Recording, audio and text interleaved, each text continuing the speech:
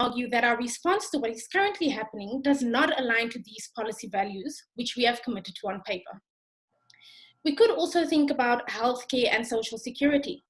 The government may have committed to providing free, quality healthcare to all, but this commitment may not be realized as a result of various constraints. So regardless of what policy may be, the decisions in relation to them are characterized by constraints. These constraints can come in various forms and are usually characterized by the resources a country has access to, such as natural resources of the country, where the country is located, or the labor power within the country. These are all resources, and having access to resources gives you power.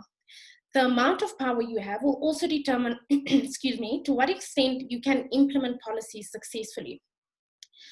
But while the study of power belongs to the arena of the political and related social sciences, economics plays an important role in balancing that power, or not.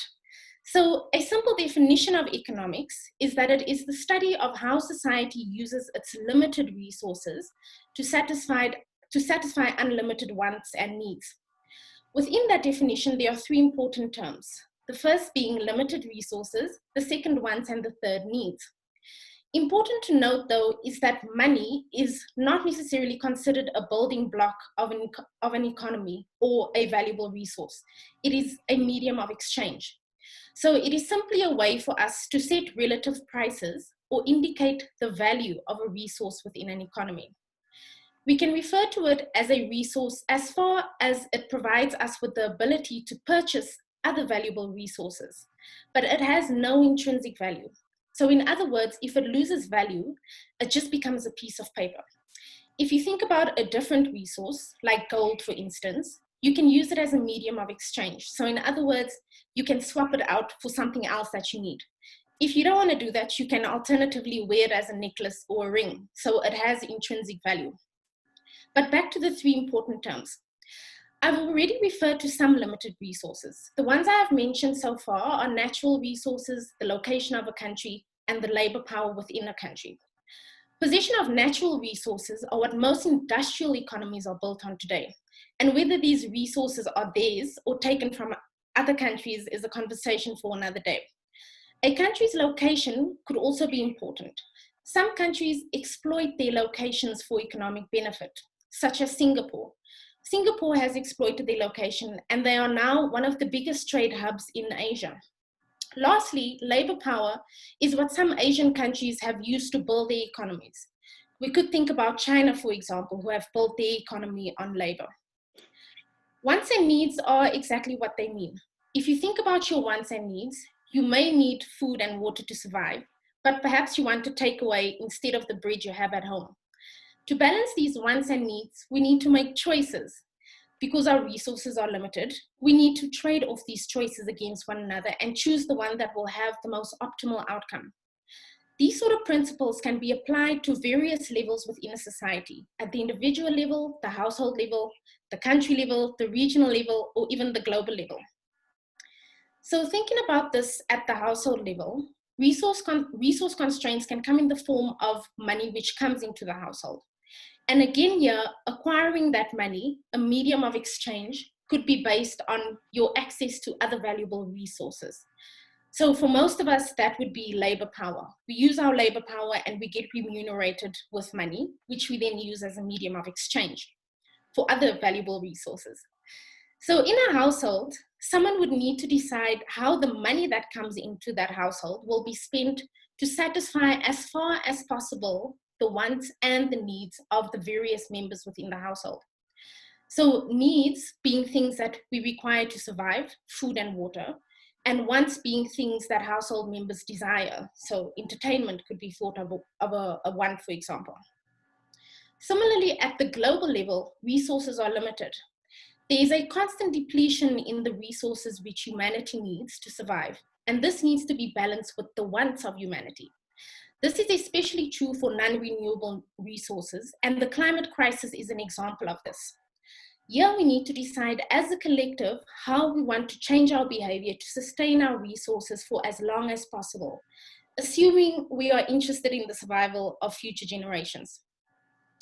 At the regional level, we may want to, for example, send the South African National Defence Force to Zimbabwe to assist in one way or another. This again would require resources. So we need to decide where we would take these resources from. Are we going to cut from health spending or education spending? We need to find money somewhere. At the country level, though, resource constraints are affected by all these other levels. So resource constraints at the household level affects resource constraints at the country level, and so does the global level. If an overwhelming proportion of households live in poverty, for instance, the government might take it upon itself to address the problem by adopting a policy to that effect. The social security policy is such an example, where government takes money from those who have and they redistribute it to those who live in poor households. If the government ignores this problem, they risk being outvoted in the next election, specifically if the problem affects a large part of the population. At the global level, the climate crisis would also affect how government goes about using its resources. The renewable energy policy could be seen as such an example, as the depletion of resources globally would also have implications at the domestic level. The government thus has an incentive to work in tandem with other countries by aligning its government policy in the interest of addressing this global crisis. So, further thinking about resource constraints at the country level, every policy stance which government takes has implications for its resources. Whether it's deciding to expand the social grants program to supplement household income, or to invest in further coal plants to ensure the country's energy security, even though this investment could be to the detriment of the environment. The social security policy will require that money is available to pay those who live in poor households, while the renewable energy policy will require that money be made available to invest in technologies required to realize the goals of that policy. Government thus has a budget constraint, and they need to trade off various policy decisions against one another. In other words, they will need to compromise to find a balance in their decision making. And like any budget, they need to decide how much they can spend based on how much they have collected. So in South Africa, the government collects the bulk of its money through taxes. There are a range of different taxes which government collects, and the most important in South Africa are personal income tax, the value-added tax, and company income tax. If too many people become unemployed, government will be unable to collect a sufficient amount in terms of income tax, and people will have less cash in hand. So that will also mean that they won't have as much money to spend on goods and services, and the government will thus collect less in value-added taxes. These constraints will also have an effect on government's labor market policy. So it might then be in the government's interest to invest in labor market policies that ensures that the employment rate is as high as possible, so they can collect as much revenue as possible.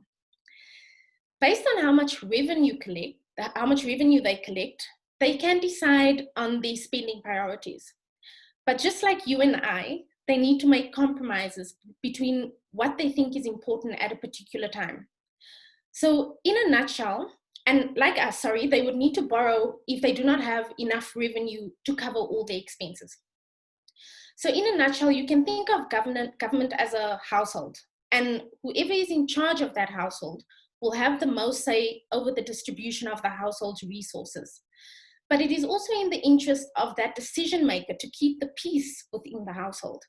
So they would consider as far as possible what the wants and needs are of the members of the household, bearing in mind that they cannot satisfy everybody's needs and wants. So though economic factors are not the only consideration when making policy decisions, they play a big role in it. I will now hand over to Professor Pundy Pillay, who will challenge us to think differently about how this relationship between government policy and economics works. Okay, thank you very much, Odile. Let me start by thanking the audience for attending this webinar. Listening to one economist is bad enough. Listening to two is extremely brave. My colleague Odile has articulated very clearly the links between economics and public policy, using the conventional economics model as a starting point. I would like to take this discussion a stage further by questioning the current teaching of economics in universities, particularly the obsession with mathematics and modeling, as well as maintaining the myth that economics is, quote unquote, a natural science, in many ways like physics. I also argue here that economics teaching should take greater cognizance of the social sciences. Sorry about that. My computer is just making unnecessary noises. Let me start again. I also argue in this paper that economics teaching should take greater cognizance of the social sciences, particularly politics, sociology, history, and psychology. A study of politics, for example, would undoubtedly promote a better understanding of the power relationships that determine the nature of economic policy in a country. For example, understanding the influence of big business, multilateral institutions, and rating agencies can really help one understand better who really determines economic policy in South Africa. The so-called neoclassical model, which dominates economics teaching literally across the world, it dominates not only economic teaching, but it dominates economics thinking. But it has no room in this paradigm, for the analysis of political power, given the neoclassical framework's obsession with the scarcity of resources, supply, demand, and prices, as Odile has so clearly explained to us earlier. Now, the dominant trend that we find in economics, both in the teaching of economics at university and in the practice of economics, particularly in the private sector, is the assumption that the economy is comprised entirely of free markets, and that the background that we work to is market-led globalization. And these are the trends that I want to question and suggest that we need to undertake a review and a rethink of the way in which we approach the teaching of economics. Now, in the history of economic thought, Karl Marx has demonstrated better than anyone else the importance of political power in the design and implementation of economic policy. However, the teaching of Marxian economics is at best confined to an optional course in the third year or in the honors program. In other words, the teaching of Marxian economics, as well as other broader schools of thought, is completely marginalized in most university teaching of economics. Again, with respect to Marxian economics, going beyond what I just said in terms of its neglect in the in the teaching of economics, Marxist economics in the general mythology is also seen by those who subscribe to the dominant neoclassical free market paradigm to have been responsible for the failure of the totalitarian regimes of the former Soviet Union. I mean, there is a direct link made by neoclassical economists between Marxist economics and the failure of the Soviet Union. Now, those states were by no means Marxian states in the context of what Marx wrote and stated so clearly in his works. Maintaining such a myth is vital for, in my opinion, for the continued dominance of neoclassical economics in the context of both the teaching and practice of economics, both in the northern industrialized countries as well as in the developing world. Similarly, I think that the role of the state in the economy is demonized to a great extent by the neoclassical free market economists. Even though the history of economic development post-World War II shows quite unambiguously how states and markets have combined to transform societies from poverty and the devastation of World War II to becoming rich countries in a relatively short time. And here I think of examples such as Japan, South Korea, Singapore, and more recently, China. This is not neoclassical economics. This development has not been an outcome of free market economics. In both Asia and Latin America, and increasingly in Africa, countries that are growing and prospering are those that are effectively combining the respective roles of the state and the market. The free market is nowhere to be found, except in the pages of economics textbooks and the minds of many economics teachers, unfortunately. However, in the classroom, neoclassical economics continues to dominate. Paul Samuelson's famous or infamous, depending on your view, textbook of the 1970s continues to dominate across the world in delivering the neoclassical paradigm as the dominant feature of world economies. In South Africa, there are variations of Samuelson, but the variation lies largely in changing the dollar to the rand.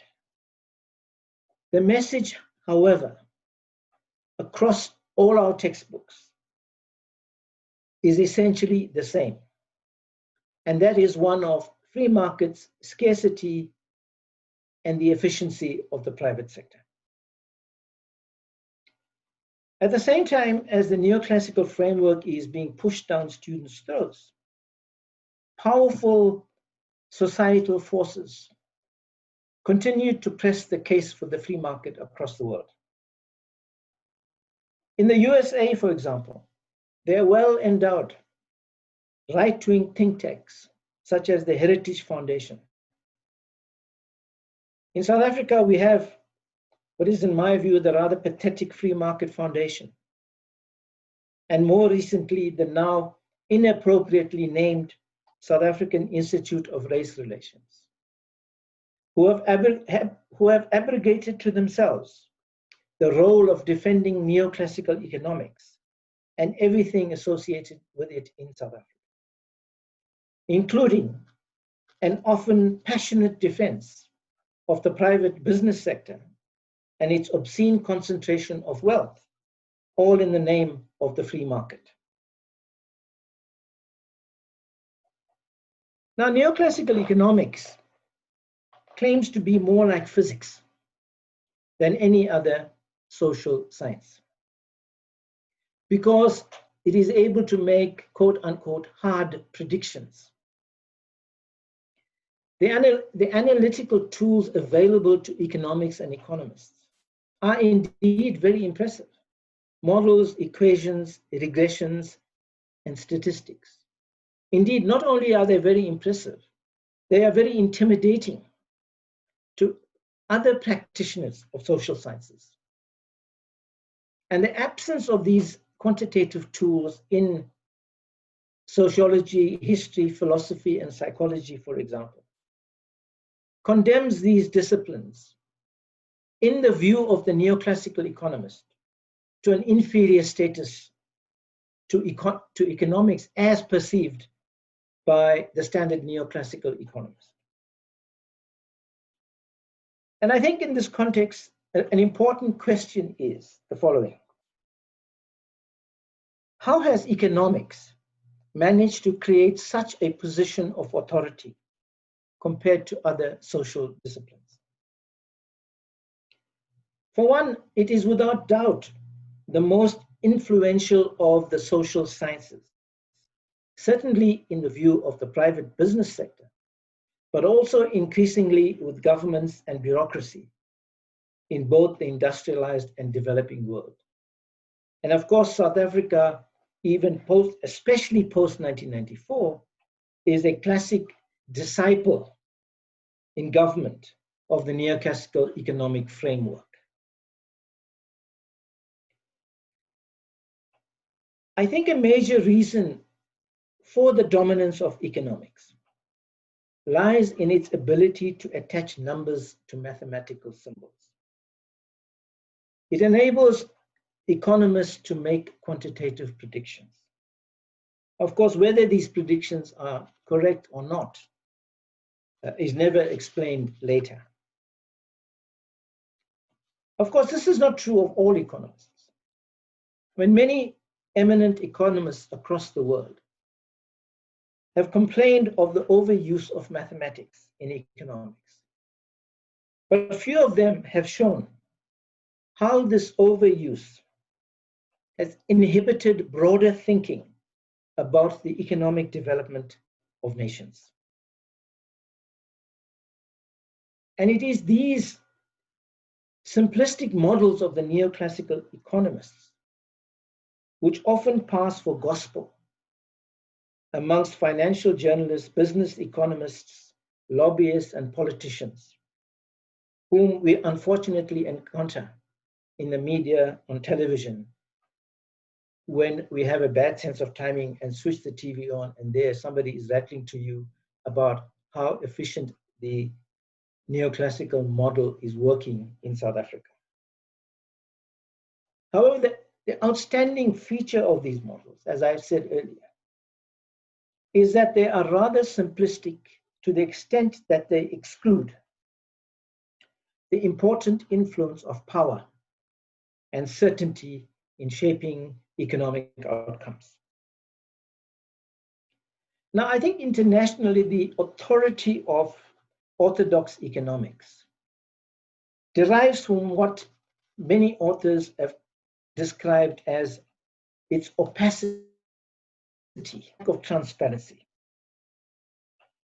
And therefore, seems to me to be an urgent need for the core ideas in economics to be much more transparent and not be consumed by technical jargon. First, I think it's important, for instance, that people should understand what is being claimed about their own behavior. The language of the social sciences, be it economics, sociology, or politics, should always be open enough to make possible an argument between the observer and the observed. Secondly, I think that it's very important for the various disciplines to be able to talk to each other. All the great economists of the past, that is before the advent of the dominance of the neoclassical framework in the 1960s, 70s, and so on, all of these great economists of the past tried to communicate their insights in ordinary language.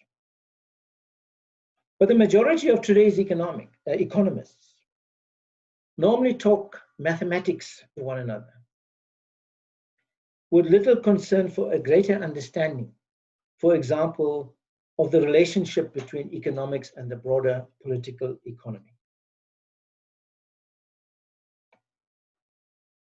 The need for economists to think more creatively about economics, I think, has become more increasingly apparent after the global financial crisis of 2007 and 2008.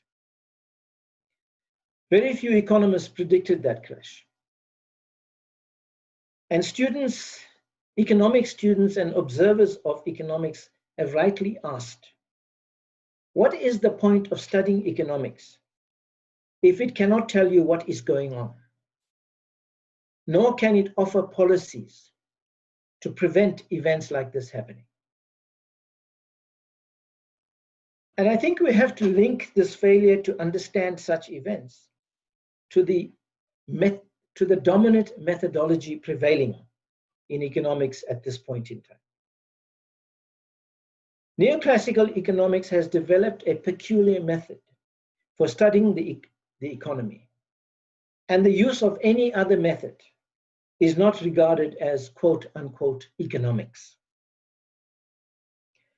And the message from the neoclassical paradigm is not how to think, but what to think. And what to think is clearly contained in this dominant paradigm, the neoclassical framework, that unfortunately still dominates both the teaching and the practice of economics in our countries. In today's classroom, students are fed models. The better the university, the more well endowed it is in terms of resources, the more sophisticated the modeling, and the more exclusive the group that participates in that modeling. This is not to underplay the importance of statistical and broader quantitative analysis in economics. Such statistical and quantitative analysis remains and must continue to remain an important dimension of the work that economists do. But it should not veer into an arena of trying to compete with the natural scientists. Because whatever economists say, economics cannot be physics. It is not a natural science, it is a social science. It is about the behavior of people. However, my sense is that economists and economics need to move with greater speed towards collaboration with disciplines such as psychology, sociology, philosophy, politics, and history. In the view of Robert Skidelsky, who is the famous biographer of the great British economist John Maynard Keynes, he has said that such cooperation will broaden economists' view of what is important and what is true about human life. Let me conclude by asking the question, well, what does all of this mean for the Wits School of Governance?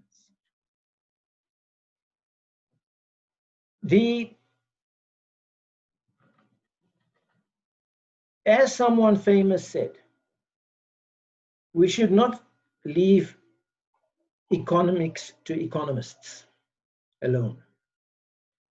This is not a burden that economists should be allowed to carry, because they have shown a reluctance to move away from rigid economic frameworks. I think, again, the question, what does this mean for WSG?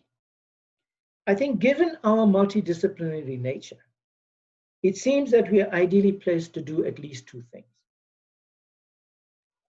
The first, I think, is that we can show some leadership. We as economists in school, we can show a greater degree of innovation by involving more of our social science colleagues in our economics teaching and research. So even though we are a multidisciplinary school, we continue to operate in silos within the school. This needs to change. And secondly and finally,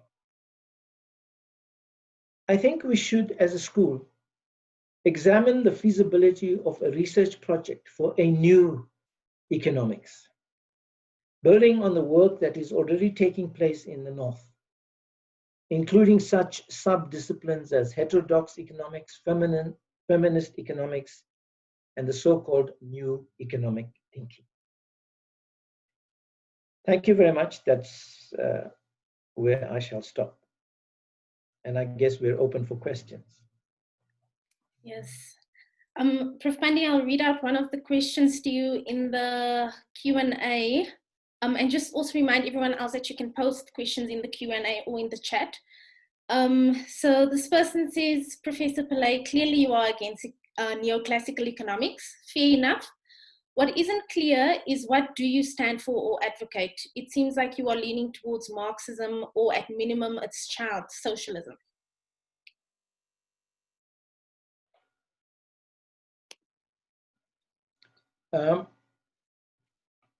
I think that's a completely wrong interpretation of what I'm saying. What I am doing is undertaking a critique of the neoclassical framework. If I'm against the neoclassical framework, that doesn't necessarily mean that I'm a Marxist or a socialist. Not that I reject those labels. I'm quite happy to be called a Marxist or a socialist. I don't consider it as an insult, which many neoclassical framework observers would say. But this is not about neoclassical economics or Marxism or socialism. It is about how you can teach students an economics that goes beyond a very narrow framework that focuses on non-world-like situations. The free market doesn't exist anywhere, even in the country in which these economics textbooks are derived from. So it's not a question of whether I am for or against socialism, Marxism. These are notions that are disappearing rapidly. What I am for is development. And I'm looking for the economics model that can deliver more equitable patterns of development for the people of our country and for our continent. And it is quite clear that the neoclassical model, as it is practiced in South Africa, both in the private sector and the influence that it has on government policy, is not delivering development to our country and our continent. That is what I'm concerned with. I'm not concerned with being labeled as a Marxist or a socialist, although I consider that a compliment if indeed that is the compliment you want to give me.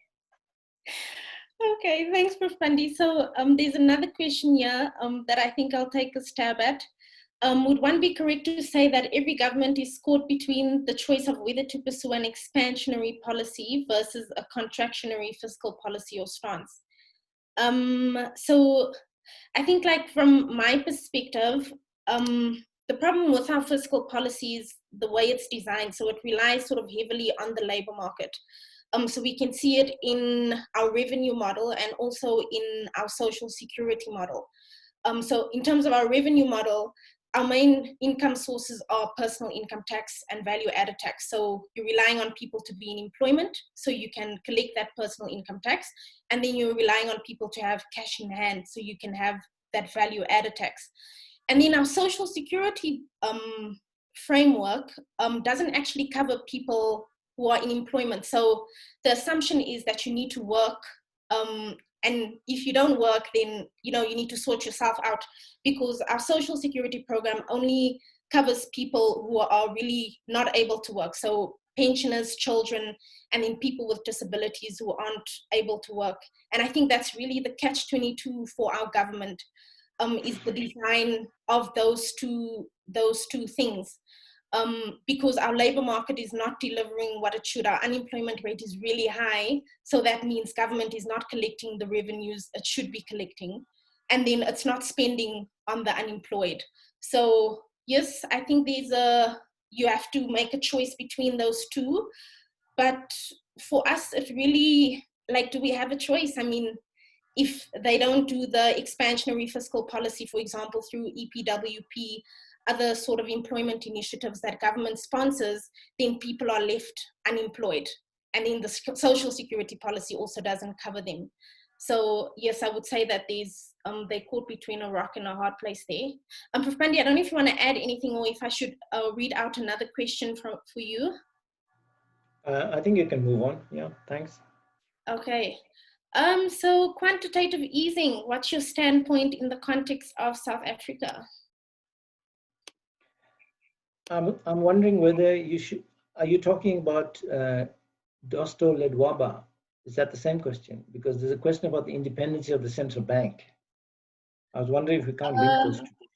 That's Tobani. Let me see if I find the one about the central bank. Oh, no, I don't see it. Maybe you can read out that one if you have it. What do you think about the independence of the central bank in the world, and what impact does it have in new economics? Okay. So will you take those two? And quantitative? Yeah, sure. Well, let me state quickly, I'm not in favor of the independence of the central bank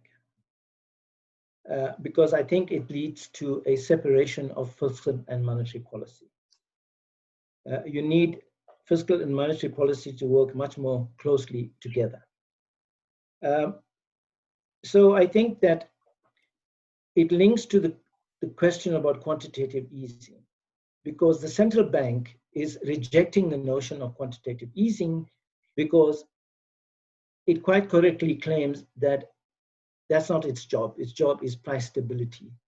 That its job is to ensure that inflation remains in the 3 to 6%, and nothing else is of its concern, which in interpreting the Constitution is absolutely correct. So for me, the problem is not with the central bank, because central bankers do what central bankers do, and that is they adopt by and large very conservative positions. The problem is the government, because the government makes monetary policy as it does fiscal policy. So the government has chosen as its monetary policy inflation targeting and has said to the Reserve Bank, we want inflation to remain in the range 3 to 6%, and your job is to ensure that it stays in that range. So I think much more important than the question of the independence of the central bank is the effectiveness of macroeconomic policy as designed by the government, specifically the Ministry of Finance. And I think that's where it is lacking. If you broaden the mandate of the central bank, I mean, the mandate of the US central bank is much more liberal than ours, a developing country. If you broaden the mandate of the central bank to ensure that it takes account of employment, economic growth, poverty, inequality, etc., in its deliberations, then we would have a much more effective monetary policy. Right now, the central bank governor hides behind the mandate that the Constitution gives him, which does not help us with issues like quantitative easing. There has never been a greater case for quantitative easing in this country than it is now. Okay? And there are several people have already written about how feasible this, and it is indeed feasible, this kind of strategy is possible in the current situation. But what do? We continue to talk about debt and GDP as if talking about it will make it disappear, rather than saying, what can we do about it? And changing the interest rate, as the Reserve Bank somewhat belatedly did, several months after the onset of the COVID pandemic, changes nothing. Nothing has happened. Nothing will happen in terms of stimulating the levels of economic growth that we need in order to tackle poverty. Because changing the interest rate in and of itself is going to have very little impact on growth and development. Right. Maybe I can add to that. I think Prof. Pundy and I we always joke about this independence question, because I feel like I disagree with him a little bit on the independence.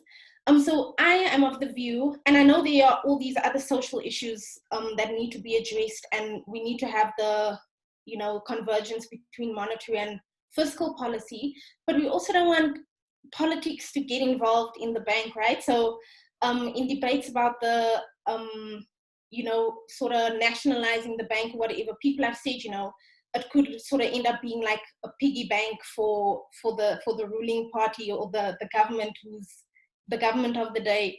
So for me, I don't know, like it's a difficult debate, you know, you sort of have to weigh those two up. And especially in a context of corruption where we are, who knows, you know, what will happen if the bank broadens its mandate and loses its independence. Another question here is, does illegal migration, like what is happening in South Africa, affect government policy and service delivery negatively or positively? Prof. Pundy, do you want to take that one, or should I go? Well, I'll answer that question with a question. What has that got to do with what we are talking about? Not clear. Government policy. Look, I think I wouldn't be surprised if this is one of our students.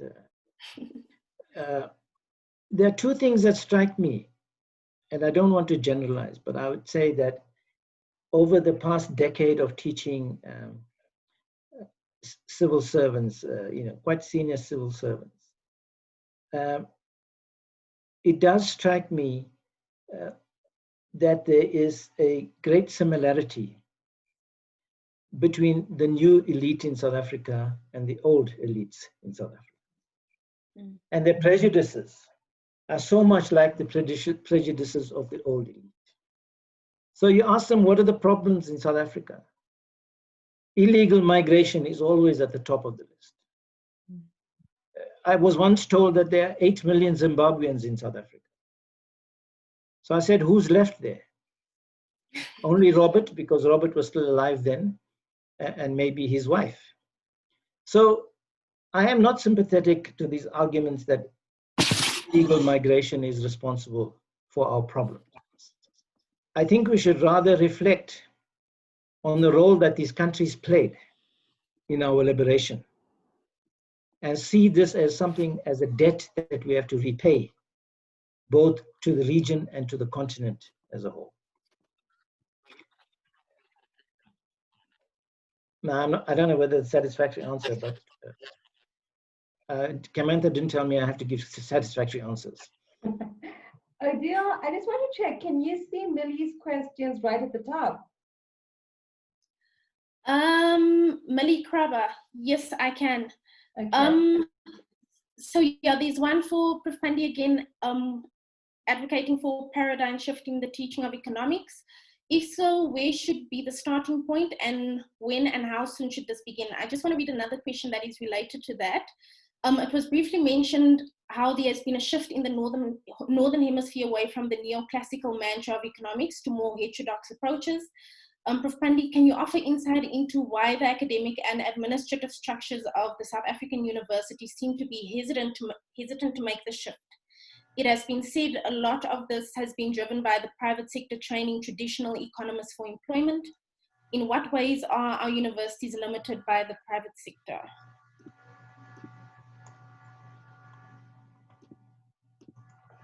Yes, I'm certainly arguing for a change in the paradigm.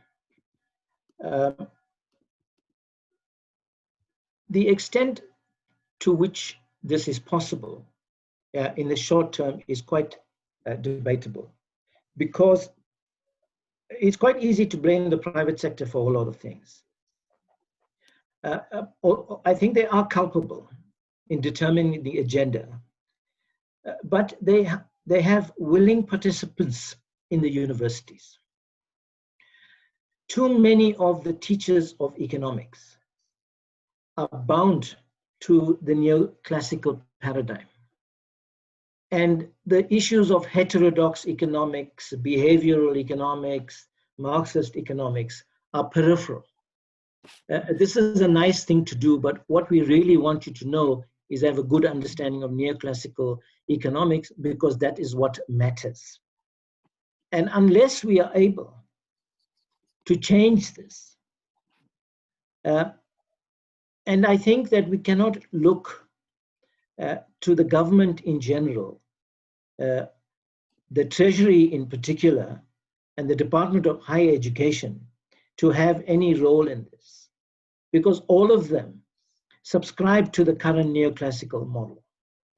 So we need to have more brainstorming, more innovative thinking, and more small-scale modeling, as in WSG, for example, of how this is possible. There are many economists, both eminent economists and non-entities like ourselves, who are thinking about these issues. We need to do much more about bringing together the thinking about this on the South African continent, in South Africa, and on the African continent. This is not an easy task. We are tackling a phenomenon that has dominated the teaching of economics for the best part of half a century. And so, unless we make a start on this, unless we collaborate with progressive thinking people across the country, across the region, and across the world, we're not going to make any progress. So it will certainly not be achieved in my lifetime, but hopefully. Okay, there's another question here that I'll take. How do you classify monetary policy? Is it public policy? So yes, it is considered public policy. We didn't really define policy, economic policy, but you essentially have two groups. So it's monetary policy and fiscal policy. So monetary policy is that which is related to the financial economy, so financial markets. And the main instrument that we use, that the Reserve Bank uses, because monetary policy is their mandate, is the interest rate. And then fiscal policy, we like to think of in terms of the real economy, so real goods and services, so things moving on the ground versus like in an alternate universe in some financial hub somewhere. So that's just the difference between monetary and fiscal policy, but both of them are economic policies. It's essentially the two branches of economic policy. Pundy, I don't know if you want to add to that, or should I read the next question? No, I'm fine. Please go ahead. Okay, why is it that economic policy making in South Africa is so contested? What do you suggest SA should do about making and implementing economic policies? Okay. Well, I don't know if it is contested. I think it should be contested for the simple reason that post 1994, it is quite clear that economic policy, whether it is macroeconomic policy, trade and development policy, transport policy, etc., is not delivering on any of the indicators of growth, employment, poverty, inequality. It is clear that the government's economic policy has failed. But the government adopts the policy that, well, of course, it's very convenient to blame all of this on Jacob Zuma. But even before that disastrous decade, what was economic policy delivering? Of course, we've had some years of positive economic growth, but the impact on unemployment, poverty, and inequality has been minimal. So it's quite clear that even though the government's policy, macroeconomic policy and other aspects of economic policy, has failed. Of course, the private sector, which is a dominant player in the formulation of South African economic policy, wants this to continue. Because as far as the private sector and the wealthy of the country are concerned, 2% economic growth is good.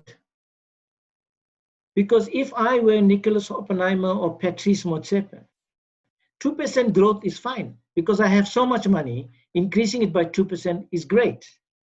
But 2% growth does not deliver jobs.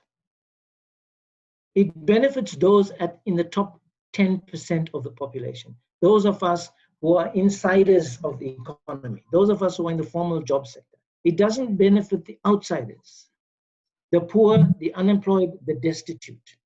So no commentator is telling the government your policies have failed.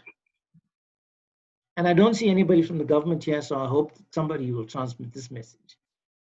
For me, it is a clear failure, because you have targeted the wrong indicators. You are relying on economic policy that is written in the business halls of Santon, New York, Washington, and not in Pretoria. Although we pretend that policy is made by government, it is not. It's made elsewhere. Okay. There's another question here. Since our macroeconomic policies have not effectively dealt with poverty and inequality, what is your thinking on NHI as an example to universalize basic socioeconomic services and therefore deal with poverty and inequality? Prof. Pundy, you can also weigh in, but my thinking of NHI is that I don't always see the inability to deliver on these basic socioeconomic services as an economic problem necessarily, but rather one of service delivery. So how can we be more effective, in terms of how we provide healthcare in the public sector? We've seen so many horror stories, coming out of government hospitals, where babies are going missing and, old people are laying on the floor and, in some instances, people are even dying. So I personally don't see how universalizing healthcare is going to help us fix that problem. And I think that is maybe also a root cause of why we are where we are in terms of the health sector. But I'm sure, there are other aspects of the NHI that will be useful, particularly using money that's currently going into the private sector and, sort of rerouting it to the public sector. But I think service delivery is maybe a bigger issue there. Prof. Pundy, I don't know if you want to add on or if you have a different Yeah, view. I want to say something not directly linked to the NHI, but associated with it. Somebody quite senior in the National Treasury told me this when he was quite unhappy about my criticism of the Treasury's macroeconomic policy. And he raised this issue of poor implementation. And of course, the issue of corruption and the wastage of resources. And I think a relevant point he raised with me is that why are we not achieving economic growth of relatively high magnitude when the expenditure of the government, for example, this year before the supplementary budget, the government is planning to spend 1.7 trillion rand in the budget. Why is that kind of expenditure not translating into growth? And the short answer, in his view, which I think is not very far from the truth, is that the extent and the depth of looting across the public sector is such a great magnitude that those of us that listen to the TV and they tell us about corruption here, there, and everywhere, we don't have a sense of the extent and the depth of looting of public resources that has been going on for several years and is continuing to go on. So even beyond the issue of whether the government should implement much more expansionary macroeconomic policies, is this question of what are you doing with the money you already have? And the answer to that question is unfortunately not very much. And I think the NHI and education and so on are examples of those kinds of things. Absolutely. Another one here, Prof. Pundy. Completely agree with the narrow ways of how we measure growth. Unfortunately, we are underdogs within the global trade economy, very reliant, and to some extent controlled by non-African countries. Would it then still be worthwhile to seek alternative methods of measuring growth if we are also currently reliant on countries who measure growth within those narrow parameters?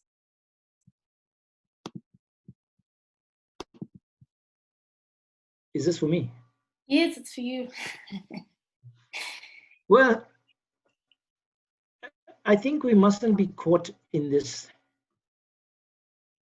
notion that because the world is a much more globalized place now than it was 10, 20, 30 years ago, that we are completely helpless.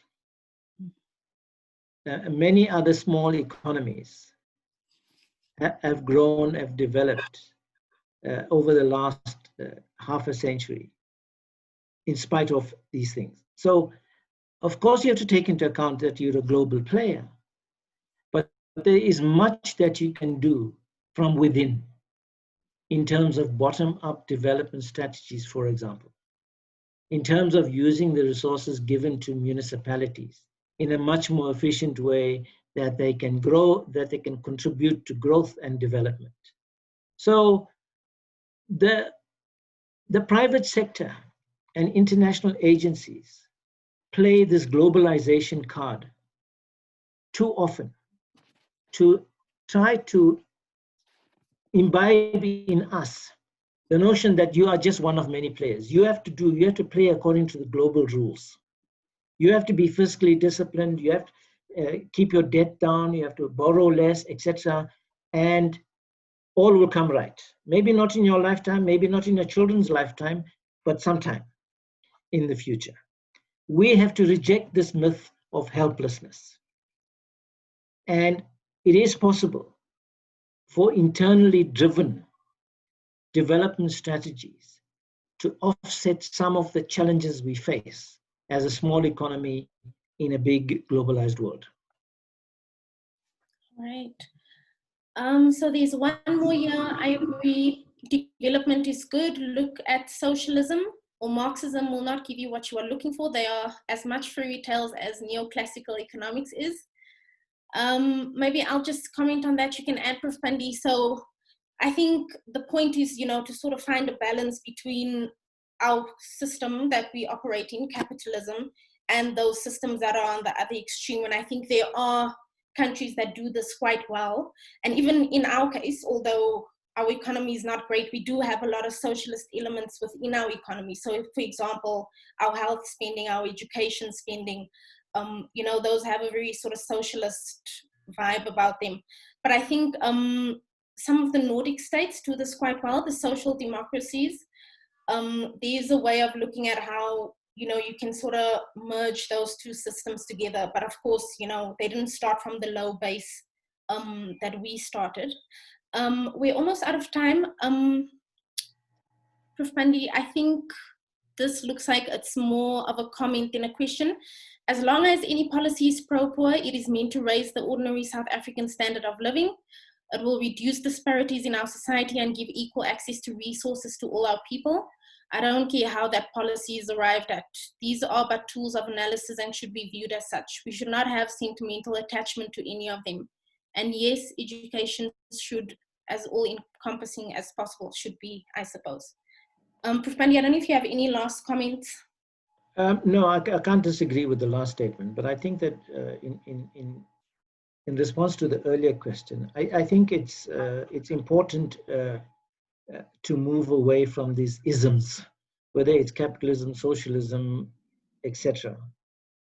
But at the same time, we should ask ourselves, do we know enough about socialism and Marxism to say that it's nonsense?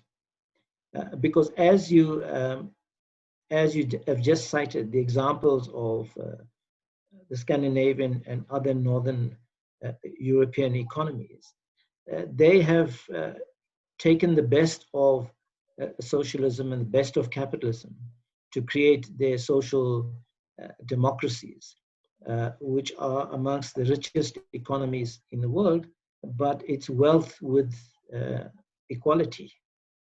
And unfortunately, we are struggling with getting that mix right in Africa.